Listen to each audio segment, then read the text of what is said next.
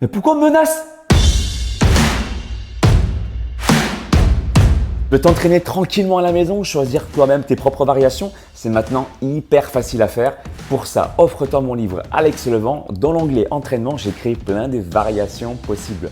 Et ça, tu pourras les choisir toi-même à la maison, donc créer ton propre entraînement. Rien de plus simple, offre-toi mon livre Alex Levent et télécharge bien mon application pour avoir ce pouvoir de créer ta propre séance.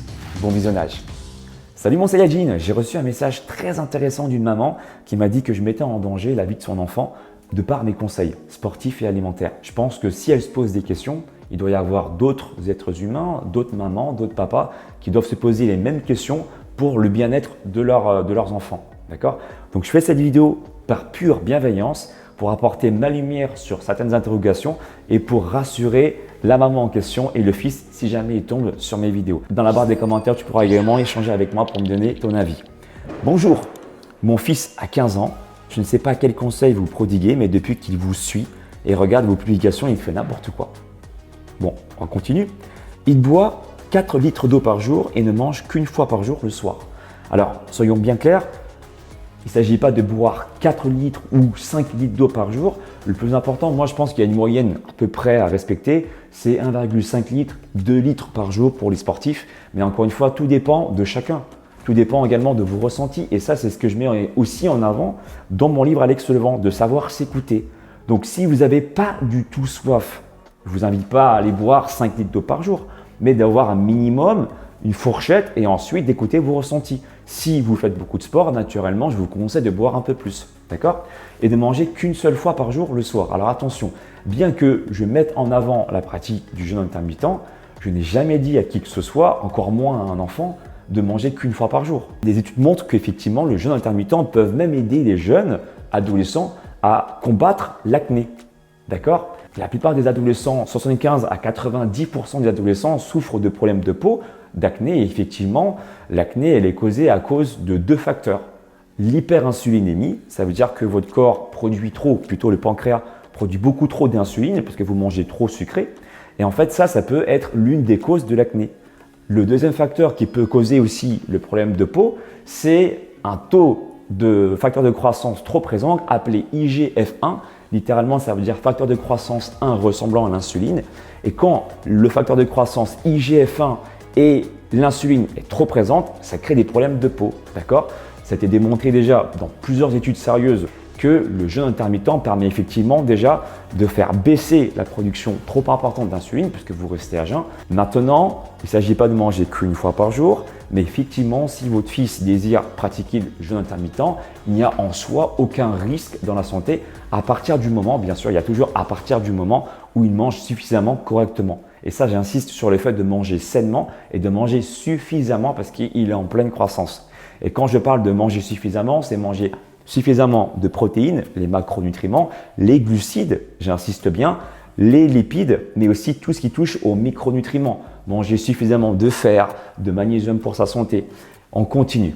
Il se nourrit que de viande et de légumes et ne mange plus de tout de féculents. Alors, il faut savoir que moi, personnellement, je mange très peu de viande, d'accord? Et quand je conseille l'apport en viande sur ma chaîne pour ceux qui souhaitent manger de la viande, parce que je respecte tout le monde a un avis différent là-dessus, eh bien je conseille pas plus de 2 fois de la viande rouge par semaine parce que sinon vous risquez de trop acidifier votre corps. Ma recommandation serait 2 à 3 fois max, allez 2 fois plutôt de la viande rouge par semaine, d'accord? En ce qui concerne les légumes, c'est très bien, la plupart des adolescents ne mangent pas assez de légumes, donc dessus il n'y a aucun problème, et ne mangent plus du tout de féculents. Alors oui, attention, même si je dis en avant qu'il faut faire attention à manger trop de glucides, je n'ai jamais dit qu'il fallait stopper les féculents. Je te conseille de manger des féculents lorsque cela est mérité. Par exemple, le jour où tu vas faire beaucoup de sport, le jour où tu vas faire de la musculation.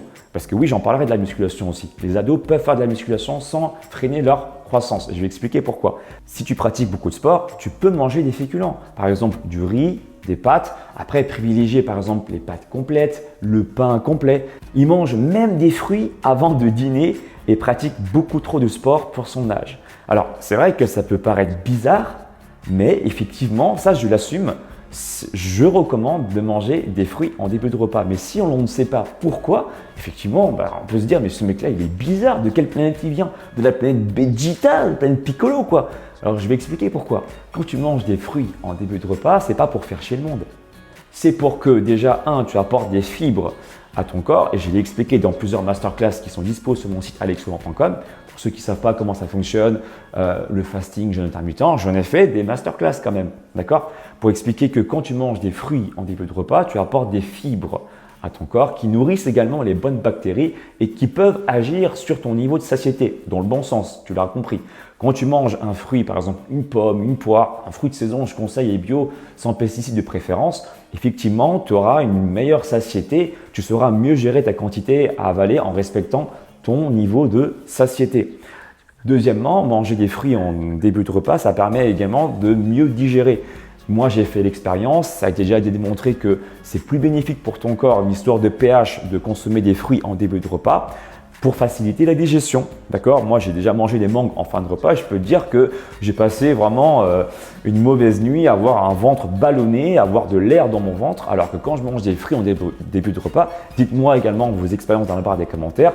Mon ventre, il est beaucoup moins ballonné. Alors, et la suite, il pratique beaucoup trop de sport pour son âge. Si jamais votre fils il n'a jamais fait de sport et que du jour au lendemain, il commence à faire du sport tous les jours à raison d'1 heure, oui, là, c'est abusé. Tout n'est qu'une question d'adaptation. Est-ce que votre corps, il est capable d'encaisser ce que vous lui demandez de faire? C'est ça en fait. Si votre corps, il est capable d'encaisser ça, il n'y a jamais trop. Moi, par exemple, je fais du sport tous les jours. J'ai appris à mon corps de sorte à ce qu'il puisse encaisser tous mes mouvements chaque jour. D'accord? Si un débutant fait comme moi, ça serait trop pour lui. Donc, c'est toujours une question d'adaptation. Par contre, je tiens à préciser que les adolescents peuvent faire de la musculation. C'est une idée reçue que j'aimerais péter sur cette chaîne, d'accord? Parce que ce qui gêne en fait, finalement, les études le montrent, ce qui gêne la croissance des os, c'est que dans vos os, vous avez des zones appelées cartilages de croissance. Si ces cartilages de croissance sont lésés, dû à des chutes, ça peut être au judo, ça peut être au rugby, ça peut être au foot par exemple. À ce moment-là, effectivement, ces cartilages de croissance sont abîmés et ça peut gêner la croissance des os. Donc, c'est plus dangereux finalement de pratiquer du foot, de faire du sport de combat, du rugby, que de pratiquer de la musculation et qui pourrait éventuellement, entre guillemets, gêner à la croissance des os. Et d'ailleurs, pour ceux qui me font confiance, ceux qui suivent mes conseils et mes coachings, je dis bien que la personne peut manger plusieurs fois par jour et peut ou pas pratiquer le jeûne intermittent. En aucun cas, je n'oblige quelqu'un à suivre scrupuleusement un mode de fonctionnement, d'accord?